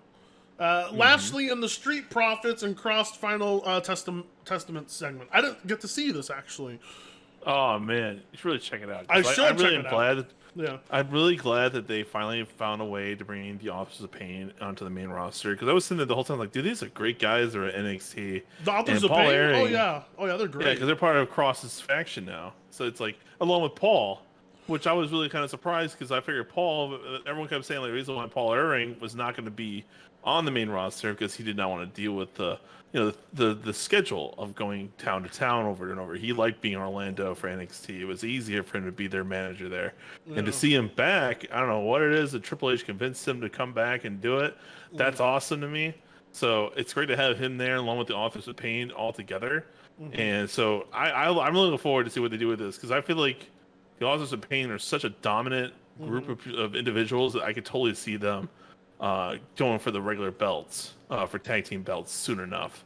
I can totally see them doing that. The authors of wow, the authors of pain. Hearing their name again is good news, and they got Paul there with them, who I think they originally ditched like a while back. They did because that's what I'm saying. When And then they replaced they him. ditched him. They ditched him, and then they replaced him with the guy who got to piss himself. What was his name? Oh yeah, what's his fucking face? The dude that's trying to consummate his marriage and everything like that. Oh yeah, he had the 24/7 title. Yeah, I forgot his whole name. thing. I forgot his name already. It's forgotten, just like the 24/7 title is. I know, but like it's great to see Paul back with Authors of Pain. He fits right in with the look of them and everything. He should have never been taken away from the group in the first place. Well, you definitely tell that was all a Vince McMahon decision, right? Again, like Vince I always separated something that was good for no reason at all, right? Kind of like Enzo Amore and Big Cass. You know, they had great shit going on, and Vince McMahon sees something that works, and he's just like, I must kill it. Like Rusev Day, he had to stop that. Man, Rusev got over naturally multiple times on the roster, and Vince always looked to kill it all the time. Yeah. I feel so bad for Rusev. Was a generational talent. I really thought he was like one of the best on the roster. I liked him a lot, and Lana helped boost his career too. Just really fucking sucks because he's done nothing as Miro down in AEW. So yeah, shit. Nah, man, he just yeah. I don't like it. I also don't like his look in that company. You know. So anyway, Randy Orton, LA Knight, and AJ Styles versus Solo Sikoa and Jimmy Uso. This was a good match. It was a good way to end the night too. And I loved how Solo Sikoa and Jimmy couldn't find a tag partner. Nobody liked them at all. So they tried to get Carlito, but unfortunately that failed in their favor on that one. Yeah, I'm surprised that's not mentioned here. But yeah, no. Sorry. No. Solo Sikoa and Jimmy Uso. I love it. I love how basically in the continuity of the storylines, they're so despised by the roster.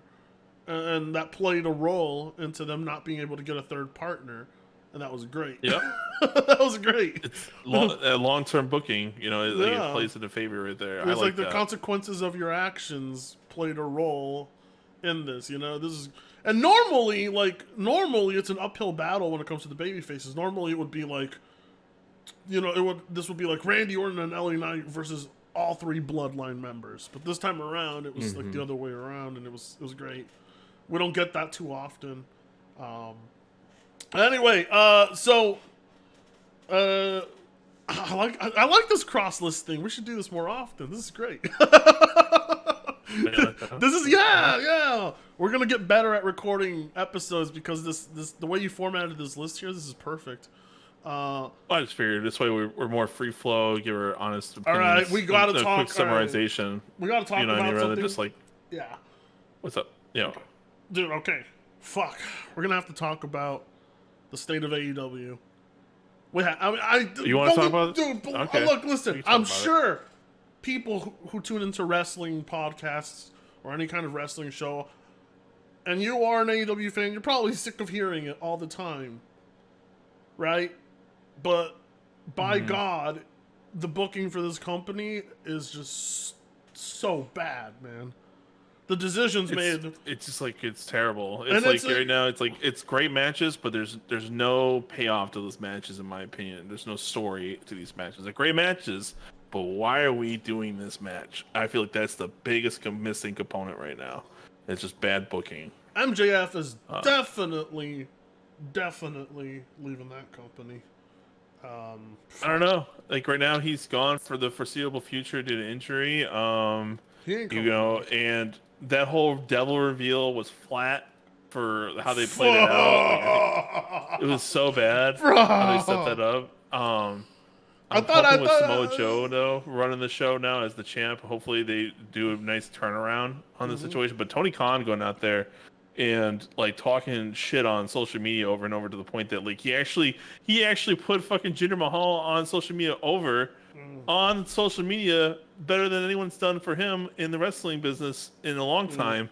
I will say, So you might. I don't know if you might disagree with me on this one, but I like Samoa Joe's in-ring work, but I don't like Samoa Joe's like presence on social media. I don't like some of yeah, the things he says. I think Joe has awful takes, to be real with you. yeah, Samoa Joe, talented guy. He has one of the most unique looks in wrestling. Like he legitimately looks like a guy you wouldn't fuck with, even if he isn't like in shape. You're like, that guy can kill me, you know? Like he just yeah. has that natural, like badass aura to him. But and he's good at playing his character. But on social media, this guy, he just posts some stupid shit sometimes. Like he believes like wrestlers should all be paid what they're worth. I'm like, well, what do you mean by that? And I'm like, they should be paid by how much, I mean, they should be paid by how much they're worth to the company, right? Like, how much value are we getting out of you? That's how much we're gonna pay you. And but he believes he believes in some crazy stuff that I mean, I don't think you would agree with a lot of his takes either if you saw some of them. Probably not. But he's not really on social media that often. But the few times he is, he always posts something dumb. That's I don't know how else I really feel about Joe other than that. You know, he's still like at the end of the day, he's an asset to any wrestling company. But he is injury prone. Joe gets injured Yes. quite fucking often, and he is getting older, and I think that plays a role into it. He's been doing this for a long time. So yeah, so and I guess like it's in his best interest to be online less, and I can see that because some people like if you notice wrestlers, fuck dude, they say some stupid shit online, dude. Like, I don't know what it is. I guess they don't really understand social media because they're not like they're out there doing stuff, living life, but when they log onto social media, a lot of these wrestlers they just open their mouths without expecting like the internet to lose it, and they get a lot of shit flung their way. A lot of shit flung their way. I don't like wrestlers on social media. I think a lot of them are self-centered, egotistical jackasses. Uh, I only really follow wrestling stuff on social media, but I don't really follow the wrestlers too often. Gunter's like the only dude that posts like normal stuff. You It's know? like he does like he's the only wrestler I follow. Yeah, Like even like LA Knight, for example, doesn't really go all out on social media. yeah, So it's like a lot. I do agree. There's a lot of wrestlers though that are self-centered that actually will talk a lot on social media. You're just like, bro, just don't. You're just not doing yourself any favors right now. especially from the So AEW side of the roster. yeah, a lot of them do talk on social media, which is weird. Chris Jericho's got some balls. Dude, Chris Jericho, I don't know if you want to talk about that whole situation with him. I Like how mean, the internet wrestling community. I don't know. we can It's talk like I don't about it. want to be involved. We could talk about it, but it'd be kind of a sensitive topic. I don't know how our takes would be well received or not. I don't I mean, know. honestly, or we could just keep our mouths shut until more info is released. Yeah, Like probably we most should people, do that. It's probably the best thing. we should because I don't want to talk about it like I'm on anybody's side on anything. It's just that Exactly. I'm more or less I have no take until the information is out because time and time again allegations like it's mixed. Sometimes they're true, sometimes they're not. So Yeah. that's just life. Well, we'll see. But Jericho's words, Jericho's take on something else leading up to those allegations is really where landed himself in trouble. I think because it was He's actually, his I think he got knocked out on his cruise recently. He got knocked out apparently. knocked out. Really? Yeah, let me find it. Does he still I do looked those it up. cruises? I remember I was actually when I heard about the Chris Jericho cruise stuff, I was like, I gosh, I want to save money and actually go to that thing. But when I heard about the type of people that would go to the Chris Jericho cruise lines, I'm like, oh. I was like, those type of wrestling fans. Yeah, it was MVP knocked his ass out apparently. That sounds about right. MVP, that's crazy. MVP don't take shit from anyone. I know. He knocked his ass out apparently. The last person you want to fuck with in the roster is one of the black wrestlers, bro. You don't want to fuck with them. What? Dude. Oh, You don't. No, you don't, because they are tough ass motherfuckers, dude. Have you heard about when Batista tried to fuck with fucking Booker T, and it ended in him just eviscerating Batista. You know, and then now we got MVP knocking out Chris Jericho. Like, dude, don't. All right. So You don't fuck with the Samoans, and you don't fuck with black wrestlers. Those are the two you don't fuck with. And you don't fuck with Asian ones either, because apparently, who was it? Sheamus got his ass kicked by I forgot. It was one of the Asian wrestlers back in the mid 2000s. But anyway, sorry, what were you gonna say? I was saying, I had to correct myself. Like that, apparently, from what it was a story. This occurred back in 2020 during the one of the cruises. The Rock and Wrestling Rager at Sea back in 2020 is when it occurred. That's crazy, though. That's still pretty. That's relatively recent to our time. Yeah, about 3 years, 4 actually. Crazy. No. I bet Chris Jericho said something out of line. I don't doubt it. Yes, but I don't doubt it. Chris Jericho does have a tendency to run his mouth in some crazy ways. I would not doubt it if Chris Jericho's the type of guy to initiate racial tensions. You know. So yeah, I don't know. And MVP's a pretty cool guy. He's a stand-up guy. But he'll knock out a motherfucker if they say something to him or initiate anything. So I'm gonna look more into that story. But Chris Jericho is relatively an asshat. And I've never really thought the world of Jericho. I always I don't know, when they first introduced him against The Rock, I was like, oh, who's this wannabe? And I was a kid. I was like, get this guy out of the ring. He's like, well, who the hell does this guy think he is, trying to get on the mic with The Rock? I was a kid, but Chris Jericho, honestly, his commitment to AEW is I guess that's where a lot of the AEW diehards get a lot of their energy from, is from Chris Jericho and the way he talks about the company, its position, and it kind of really irritates me to see that Jericho has no problem talking crap, about other wrestlers from WWE and the company to try and bolster up AEW. And you're seeing all these empty arena shots, and it's just so fucking depressing. You're seeing Jericho in his physical state, and it's it's painful to watch for someone like me. A lot of people tune in and whoa, great, yeah, and I tune in, I'm like, oh, I'm depressed. I'm like, oh. I'm just depressed. This wrestling company makes me depressed. It's I don't like to see... I wanted to see a competitor to WWE succeed, and I'm seeing the complete opposite, and it's fucking... puts a hole in you. You're like, fuck. I was so excited for this when it was first, getting its legs off the ground. And now here we are, years later, and it doesn't look anywhere near as cool as it did the first day it launched, It looks dead in the water now. And the multiple stupid bookings, bro. What was it? The bomb in the ring? The fireworks? Fuck dude. Oh, you talking about? Yeah, I know you're talking about. It was like Bro. the was it like the explosive? What the fuck was There it was called? it was a You know, bomb. It was supposed to be a bomb, and like the pyrotechnics were supposed. I don't even know what they were trying to pull off. exploding barbed wire match. That's a death match. That's what it was. Exploding barbed wire death match. That shit was so funny.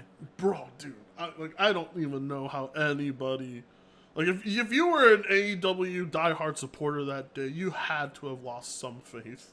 You had to Yeah, I have. was like, it's so embarrassing. Dude, It's like they kept hyping the shit out of that thing on social media, and like you see like previous times where that's occurred, and the explosions in in the ring and everything. So you're thinking this is gonna be a big deal. And the next thing you know, it just like it's like I you might know. as well have a fart sound effect going off with all the sparklers at that point. It Oh was my so bad. fucking god, dude! And then It Tony was. Schiavone and Tony Schiavone and them are trying to sell the shit out of that I know explosion. they were trying. It was even funnier. I'm like, damn, Tony Schiavone is really trying his best to make this work. Poor man, I feel Oh, bad for him. what was it? Also, one time, like, fuck, dude. Who's the name of the wrestler? He plays like his whole gimmick is that he makes people like flip with his dick. It's so stupid. I forgot his name. Flip with his dick. Like he does. His whole gimmick is that he would like do like this pelvic thrust, and like it would make like wrestlers flip or something. It was a stupid gimmick. I forgot his name. But I don't anyway, know. like one of the AEW pay-per-view debuts, I was getting a friend who like hates wrestling. I was like, oh man, you're gonna have to watch this. Like, trust me, dude. Like, this is the start of a new wrestling company. Like, trust me, bro. And I was like, they're gonna like, dude. And then we watched it, and the segment came out, and like people dressed in giant dick costumes came out to the ring, and my friend, she's like, I'm out, bro. I'm like, fuck, dude. I'm like, let me explain myself. Wait. Fuck. UAW. You fucking Mark, get back here. It was so stupid. Like, they came out dressed as giant dicks. I don't know what the whole. It was. Oh my god. I don't. Oh my god. I will say one thing. Like, WWE has had its corny moments, but Oh, totally. 100%. There are moments in like there are botches and things in WWE all the time. It has a cringe factor to it too. But you know, AEW's cringe factor is increased a lot to me because it's trying to be the mature wrestling company. You know, it's trying to be the one that allows like swearing blood. You know, but Yeah. it doesn't bring back what wrestling. You know what's funny is like they want to be like we want to bring back like the attitude from the Attitude Era kind of thing, vibe going, but they refuse to like allow the women to be sexy again. You know, it is very much a millennial wrestling company. I guess that's what it's aimed for. Uh, I cannot really introduce it to friends, like as I told you in that story, like. Yo, Joe, bro, promise, man, we'll get a couple beers, man. There's like the first thing he sees is people coming out in dick costumes, and it's like he's done, dude. That kind of shit turns people away, like casuals, right? Like my friend right there, he didn't. My friend, he's like, I'm giving this thing one chance. Boom, I'm done. Right? You get one chance. That's all it takes. One shot. One like, chance. They blow it. It's over. And it's like, and like that's the first thing like this company does is like stupid stuff like that. Yeah, again, like it's just like, what are you gonna do with like, who do you got? Oh, we got Darby Allin, we got Jungle Boy, we got the Young Bucks, and people are like, yeah, but over there at that other company, they have fucking The Rock coming out, they have Brock Lesnar coming out. You know what I mean? It's like, those are stars. What you have are wrestlers, yes, these are, and they're very good wrestlers, mind you, right? I'm not taking away from those talents. Darby Allin, fucking talented as fuck. Jungle Boy, talented as fuck too, but it's like, those are not household names. You know what I mean? They had a household name. Now he's back at the other company. What the fuck are you guys doing? How do you lose a generational talent like Punk? Like, how do you welcome him and make him the star, one of the stars of your company, and then all of a sudden there's just this big falling out, and now he's gone to your competitor who he swore he would never return to. How bad of a company do you have to be for that to happen? Punk is the kind of guy who holds grudges, and now he's back in WWE, and you guys have nobody. No one. Nothing. Chris Jericho, who's not helping your company right now with what's going on. You know, he's that company is the Titanic. It's just been sinking for a long ass time. It's just Well, the Bucks did come back, but the thing is that, like, I don't know, like, we haven't seen what's his face come back. MJF is gone. Yeah, Jack Perry hasn't come back. MJF from is the whole gone. situation. CM MJF Punk is is gone. The fucking, come on, dude. Like, this is not good. It's not good. I don't know. Like, I don't listen to Dave Meltzer anymore, because like when this company was fucking up, Dave Meltzer would do a lot of damage control, and that's when I dipped from Meltzer's updates and shit. I just didn't tune in anymore to what he was putting out. I don't know what he has to say now. It'd be interesting to see what he has to say now compared to what I was hearing from him back then, because it turned me away. It was just like, reality was like, this company, talked out of its ass. They were writing checks their ass couldn't cash, and they're still bleeding and losing. And Tony Khan is honestly should probably go to rehab. I think this guy is like fucking high out of his mind the majority of the time. I mean, it doesn't help when like you when that whole situation with Jericho during the pay-per-view and everything. Like, I heard like the crowds were booing Jericho from start to finish of his match. Mm-hmm. And then Tony Khan's asked a serious question about potential like allegations and stuff like that, and he's literally looks like he's fucking Prince over at his media scrum with his hat on and his sunglasses. And you're trying to take it serious, a serious allegation, and he looks like a big doofus. Bro, And he's just acting like, yeah, we're the most safest company. We're the most safest company here. Dude, all that stuff like that. It's like, you can't take the man serious sometimes at this point. It's crazy when I look at him sometimes. I'm like, if he just like cut his hair, he would actually he would kind of look like Hassan Piker, Like, I kind of see it. God, I can't stand Tony. I really can't. It's like, this is what happens when a mark has billions of dollars to spend and wants to start their own wrestling promotion and run it like the way they always wanted to when they were a kid. That's how it is. And I love how Jim Cornette digs into his company all the time. Jim Cornette's the best. I love Jim Cornette. I don't know if you listen to Jim Cornette much, but his Cornette's show, wild, man. His show He's is wild. fucking great. I love it. I mean, I don't think I say stuff that's that wild, but like Jim Cornette, on the other hand, he knows how to get under my skin. You know what I mean? But he also knows how to be very informative, and he knows what the fuck he's talking about when it comes to wrestling. The one who I can't fucking stand. Oh shit, my bad. The one who I can't stand is fucking not who was it? The fucking Booker at WCW. I already forgot his name. I forget it. Anyway, so other than that, nothing else interesting in the world of wrestling that I can think of. I think nothing we can think of right now. We can't cover all bases. Wow, we actually covered quite a bit. We should be proud of ourselves here. We're getting better at this. We're getting better. At this. Well, like the way you formed this list right here of potential subjects, this is great.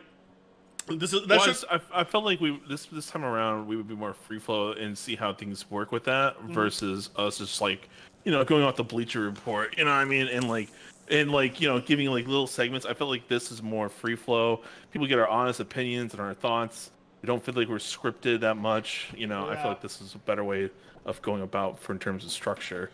I definitely enjoyed this this version of it like this because the way you listed it, and then you're crossing out all these subjects, I'm like, it makes me realize how much wrestling we just covered.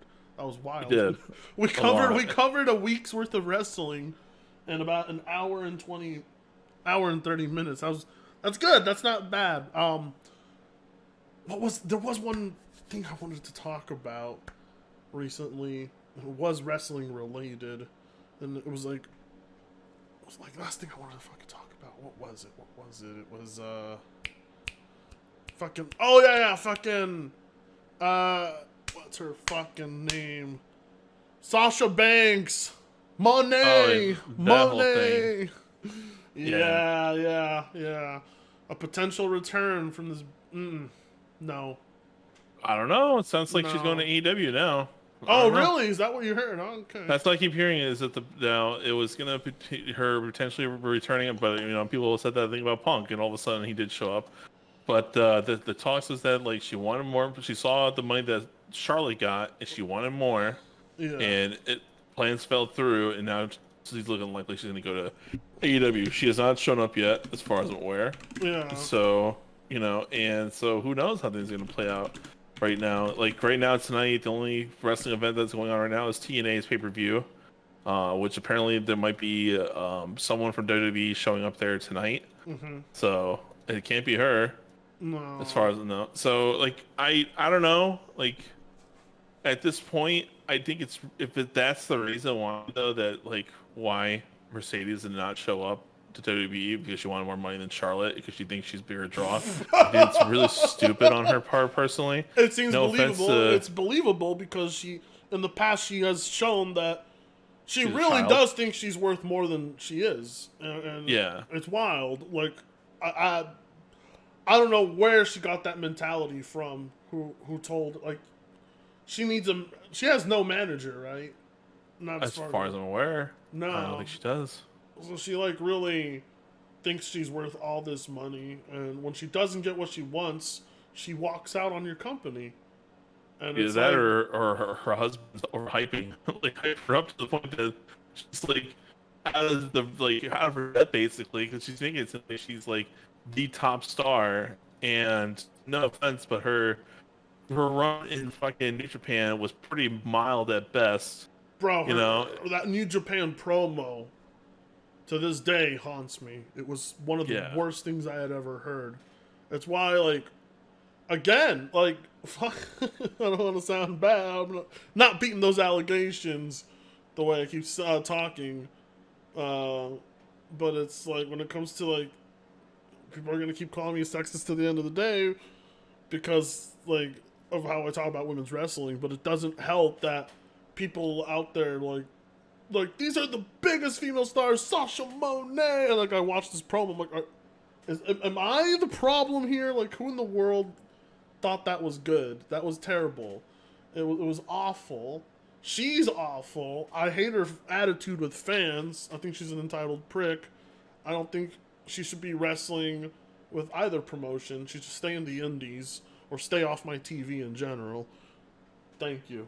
That's all I have to say about Sasha. I don't like her. I don't like how though she's overhyping herself to be more than what she is. Like, I get what you're all about, trying to be the fake it till you make it kind of deal, but this is a little too far, if you ask me. Like, you had some good matches here and there, but I think you overhype yourself too much to the point that outside of the internet wrestling community, I think a lot of people are saying, probably have forgotten about her at this point. Yeah, but people are like, this girl's one of the four horsewomen. Like, I don't think any casuals are asking for Sasha Banks to come back. Bro, they do. At one point, people considered Sasha one of the four horsewomen in wrestling. I'm like, are you kidding me? I'm like, Sasha, one of the four horsewomen? Dude, Sasha was missing half her kicks on the main roster. It was insane. Yeah. And she had that tiny ass frame. It's like, I don't know, it's just like the way that, like, the way, like, she's done not once but twice how she exited the company. Mm-hmm. It's, like, really embarrassing and kind of sad. And, like, I just would never allow that to be brought back into the company ever again after that. Mm. It's like, you did it once already, now you did it twice. It's like, it's shame on me for bringing you back. Now, I would never allow her back into WWE. Bro, I as a, like, if I had written checks for her in the past, and she talked about my fucking company that way, fucking treated, like, walked away from us the way she did, you're gonna have to be the one on your knees coming back, and you're gonna start from the Begging to come bottom. back. You're gonna start from Yeah. the bottom. Your ass is gonna go straight back to NXT. If I brought you Yep. back, your ass would be straight back to NXT, and you're staying there for a while. You're staying there and you're gonna fucking train people like fucking Jade Cargill to actually become a great wrestler. No, she needs to be trained. She needs to be trained. She needs more training herself. Like, I don't know how to explain it, but like, Sasha is one of the sloppiest in the ring I've ever seen. From like all these big, I was like, that's why it gets hard for me, because like people are like, I swear to God, these female wrestlers are great. People tell me go watch Bayley's, Sasha stuff in NXT from years ago. I'm like, yeah, well that's years ago. What about now? I'm like, they were like in NXT. I guess the women's booking in NXT is much better, from what I always hear. I don't watch enough NXT, but on the main roster, women's wrestling is almost unwatchable unless it's Rhea Ripley coming out. And man, like they're gonna have to, like who are you paying attention to on the women's roster right now other than Rhea? Like, who has storylines you're actively invested in? I'm not invested in a single thing Bayley's doing. I don't even remember. They were with Control Alt Delete or something. You mean damage control or whatever. I mean, it's like that's how it is. Like, unfortunately, I think the wrestling for women's wrestling is just sorely lacking outside of Rhea Ripley, and it's only because Rhea Ripley is with the guys for the most part all the time. And everyone gives her shit all the time about that too. Like, she might as well not even wrestle that belt ever again, because all she is like she's always hanging out with the Judgment Day every day. Good. She's never like doing these things. Like, yeah, that's a good point. That's a severe criticism for Rhea Ripley right there, because like they got nothing for her because the entire roster is shit for the most part.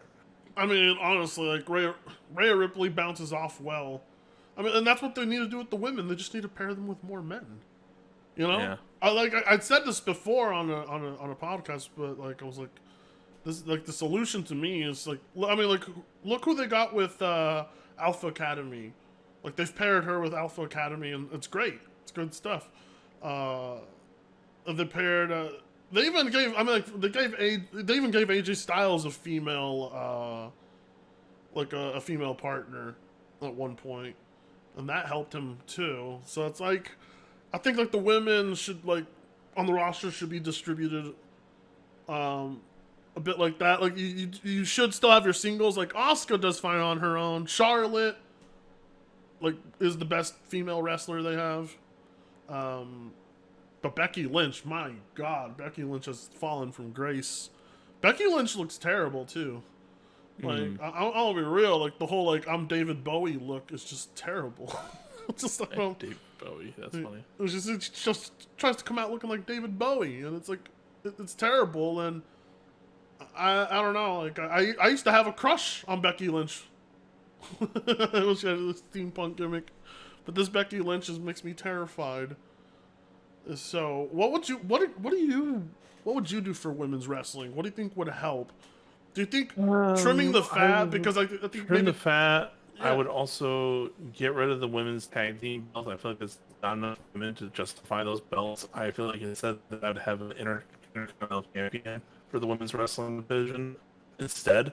Because I feel like there needs to be a mid-tier belt somewhere in the women's division, instead of just the two TV belts. You know what I mean? They're basically TV belts at this point, because they're not undisputed, they're not world. It just feels like they're just TV belts. Yeah, it's kind of hard to you don't want to be holding the same belt that Brian Saxon took a jizz over. What? On fucking what's her name? Who was the chick that had like her sex tapes leaked with Brian? It was, what was her? Is it the gothic female wrestler Paige? Right, there we go. You remember Paige? Yeah. When she was world champion. Mm-hmm. Yeah, I know. And her leaked sex tapes, Brian Saxon was like, Brian. I forgot what his name was, but he was like. It's basically taking a big jizz over her face and she had the title on her when he was doing it. So there's basically there's cum stains on that female title. So I'm like, fuck. Like that image can't escape my head. I'm like, there's jizz on that belt. Oh my god, Paige. Holy shit. Anyway. Anyway. Oh god. There's a lot of, so for me, what definitely helped women's wrestling is getting rid of the ultra small female wrestlers. They're not believable. I'm sorry. But like, Alicia, what's the name of the blonde chick? Alicia. Oh. What are you talking about? She stole, the chick that stole fucking Bray Wyatt's gimmick. Oh, you're talking about Alexis Bliss. Alexis Bliss, there we go. I can't believe I forget her name. Her. Yeah, Alexis Bliss, yeah. Like, females like her size, they need to go. I'm sorry, but they are not like athletic. They're just small framed and like, they're tiny.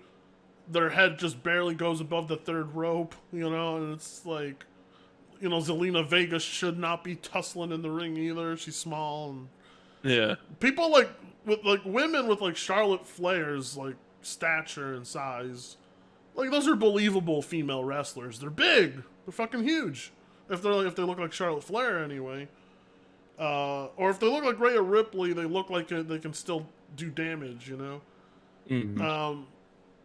Have the highest hit, the hardest hitting women on screen.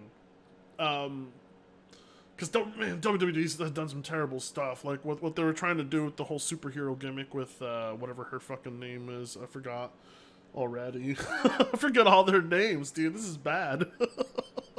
This is so forgettable. This is just so forgettable, and that's the problem. Like the most memorable stuff I have from women's wrestling is stuff from Asuka, Charlotte. That's about it. About it? That's about it. Yeah. They tried to have a big female star, Ronda Rousey, and that failed miserably. Man, dude, Ronda Rousey. That was a household name. In WWE, her name became so forgettable. You're like, Ronda who? Oh, at one point she had a winning streak in UFC. Do you remember that? Oh, yeah, I remember that. Oh, yeah. That's all we really get from Ronda Rousey, so it's really disappointing. Really disappointing. But, other than that, I think the men's wrestling has improved vastly. So, oh, yeah. I still think there's too many soy jack cucks in wrestling, Too many of, like, the video game guys, Like, oh, you mean the up, down, press start, whatever the fuck it is, what the fuck they call it now? We play video games and throw pancakes, I'm like, oh, great. Yeah, no, we don't need that shit. Thank you. No. I just miss when wrestling was just people wanting to beat the shit out of each other, and it was just the toughest son of a bitch. That was all it really was. Or, I mean, like, Vince McMahon's version of wrestling has always been corny, but there's always been, like, like, when there was, like, when it reached the Attitude Era, I guess you could say, is like, it felt like there was tough men in wrestling, right? Now it feels like the people in wrestling are like, you say the wrong thing to them on social media and they're gonna cry, Mm-hmm. Stone Cold's like, I don't pay attention to none of those goddamn Twitter tweets. I'm stomping mud hole in you. I ever see your ass, But the tweets and discussions on social media are like storylines in wrestling. It's wild. I don't know. What else are you supposed to do though to keep wrestling relevant? What else are you supposed to do? I mean, like, what else are you gonna do other than just keep with the times? And I mean, like, I do agree with that. Like, you have to like kind of like interact with social media, even though like, I kind of wish wrestlers didn't do that. But it's just because in order to keep kayfabe alive, it just feels like that kind of like goes out the window when you're just having them on social media and like giving their opinion on shit. Yeah. It's not just the kayfabe stuff either. It's like it's like, it's not just the kayfabe. I mean, like, unless you're actually kayfabing online, right? Like, if you're that into your character that you kayfabe online, and I see some wrestlers pull that off creatively.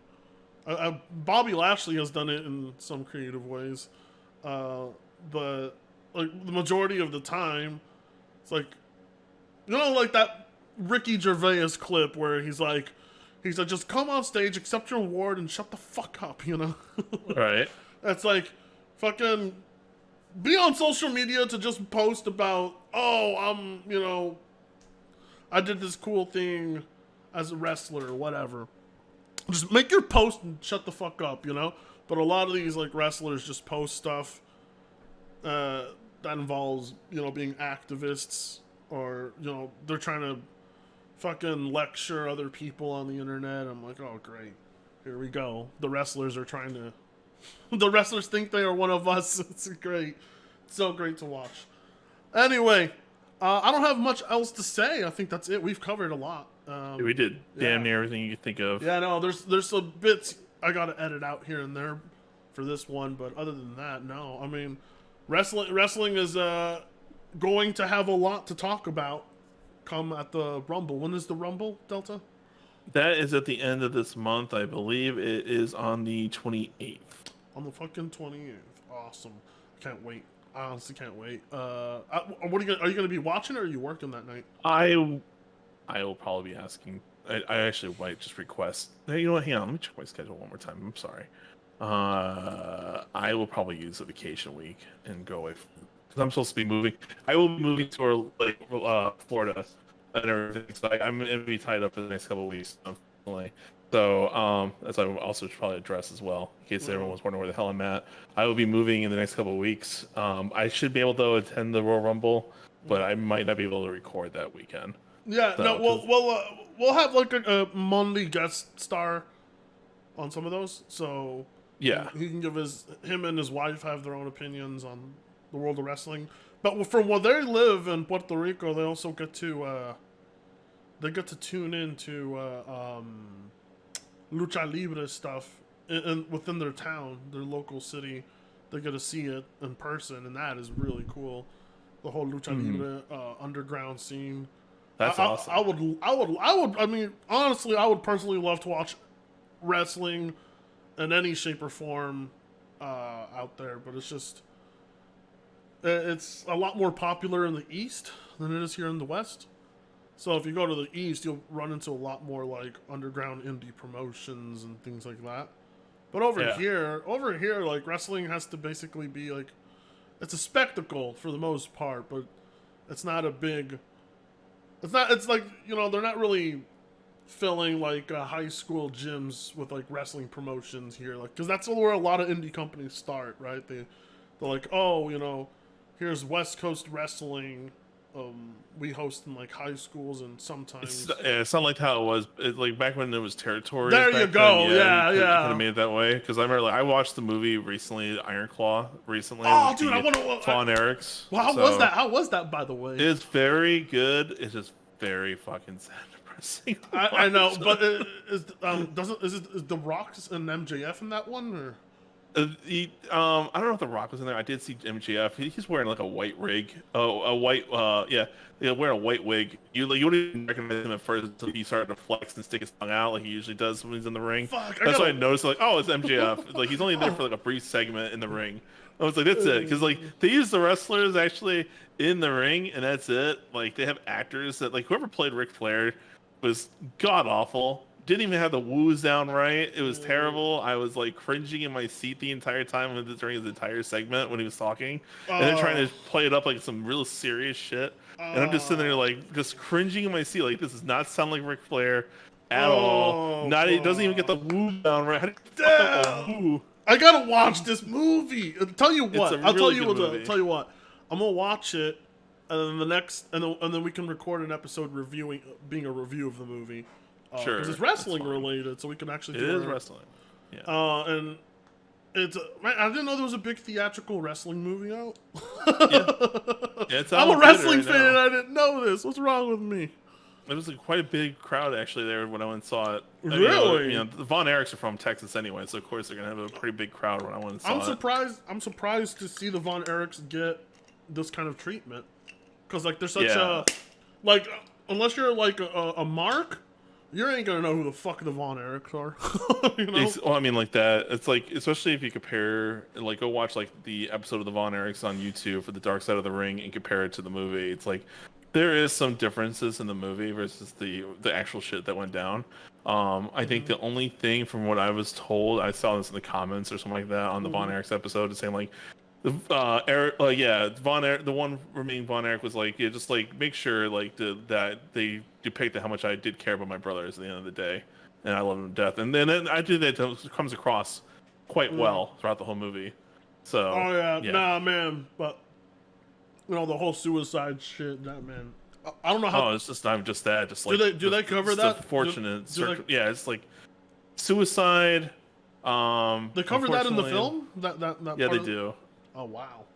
Yeah, like they don't mention the oldest Von Erich that died at a young age. Like they briefly mention it, but they don't like tell you the description of how he died. Versus like the Dark Side of the Ring does. So it's good to get that kind of depiction if you're curious about that in the movie. How did the unfortunate passing of the young Von Erich die? And to find out that it was because I think he it was an airplane flight, right? No, it wasn't that. It was remember, you gotta think this kid was a kid at the time when he fortunately passed away. Oh, right. I'm thinking of a different person. He got electrocuted and then he face planted into the snow and like basically drowned from the snow. Oh my because God. he was body locked up. So. This family just had bad luck, bro. Dude, it was like it's so scary, the thought process of like how all these like the Von Erichs like died. You know what's crazy? Like whenever I go walking out in public now, I think of all the possible ways I could die. So like, come on, don't think that way. So because you know why? You know why though, right? Because you log on social media and you watch all these videos of people minding their own business, and you just see like, you see them basically, you know, you basically see fate get to them right there, and then you're like, whoa. I'm like, not paying attention to the surroundings. Like the person's not paying attention to surroundings. And all of a sudden, this car tire from an accident just keeps rolling, and then just fucking boom, hits them behind the head. And then this person's just like coming home with groceries, not expecting to die that day. And I'm like, oh fuck. But then there's other crazy stuff, like a person's just walking, it's snowing, and then they slip, and then like their head bounces off the ground, and they're done, they're dead, they're gone. Yep. Or you could simply like shoveling snow, and then all of a sudden you get like a brain aneurysm, and you just pass, and you're just dead right then and there. Yeah, that's why. Anything could happen, bro. That's why, like that's why I'm not into the whole idea of like, oh yeah, just fight people on the streets. I'm like, man, you get knocked out and your head bounces off the ground, you could be a paraplegic. You know? That's it. It's over. You're done. Some people are paralyzed for life or die from their head just hitting the ground in a fight. And I'm like, and when you think about like how fragile your human body is, you're like, holy shit. That doesn't mean I'm gonna walk around with a helmet to ensure I never die. We're not putting ourselves in bubbles. Yeah, right? No, not putting yourself in a bubble. You gotta live life. You gotta take risks. You gotta be like, although you can't be that afraid of death, you know. But still.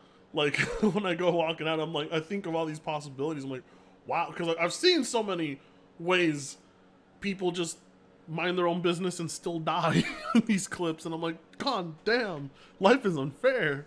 Like, this is brutal to watch. So, anyway, that connects nothing to the wrestling we were talking about. But the Von Erich film... I will let you know how my thoughts on that. I'm gonna probably watch it as soon as we're done here, because you're not the only person to actually tell me you watched it. So I'm like, okay, oh fuck, I just forget it exists because like wrestling doesn't often get like theatrical shit like that. The last theatrical wrestling film I can think of was Mickey Rourke's The Wrestler, right? And then before that was Ready to Rumble, so. You know, the Foxcatcher movie was pretty interesting. I wouldn't be surprised if we get a Hulk Hogan movie in the near future after he's... They kept talking about that was going to happen. I remember, like, what's his name? The guy that plays Thor was going to play a Hulk Hogan. Oh, whoa! That's actually, I forget his name, but it's not a bad... I don't forget. Not a bad fit, now that I think about it. Yeah. Yeah, he could definitely pull off the Hulk Hogan vibes. I mean, Hulk Hogan had a really unique looking body that it's gonna be hard to match that look by today. Exactly. Today.